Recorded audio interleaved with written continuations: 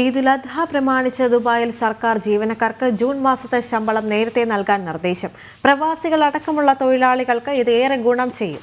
ബലി പെരുന്നാളിനായി വലിയ ഒരുക്കങ്ങളാണ് രാജ്യത്ത് പുരോഗമിക്കുന്നത്. പെരുന്നാൾ പ്രമാണിച്ച് ദുബായിലെ സർക്കാർ ജീവനക്കാരുടെ ജൂൺ മാസത്തെ ശമ്പളം നേരത്തെ നൽകണമെന്നാണ് ദുബായ് കിരീടാവകാശിയും എക്സിക്യൂട്ടീവ് കൗൺസിൽ ചെയർമാനുമായ Sheikh Hamdan bin Mohammed bin Rashid Al Maktoum ഉത്തരവിട്ടിരിക്കുന്നത്. ഇതോടെ ജീവനക്കാർക്ക് ജൂൺ 13 മുൻപ് ശമ്പളം ലഭിക്കും. പ്രവാസികളടക്കമുള്ള തൊഴിലാളികൾക്ക് ഇതേറെ ഗുണം ചെയ്യും. കുടുംബത്തോടൊപ്പം പെരുന്നാൾ ചെലവഴിക്കാൻ നാട്ടിലേക്ക് തിരിക്കുന്ന പ്രവാസികൾക്ക് ശമ്പളവുമായി മടങ്ങാം. ബലിപ്പെരുന്നാളിനായി വലിയ ഒരുക്കങ്ങളാണ് രാജ്യത്ത് പുരോഗമിക്കുന്നത്.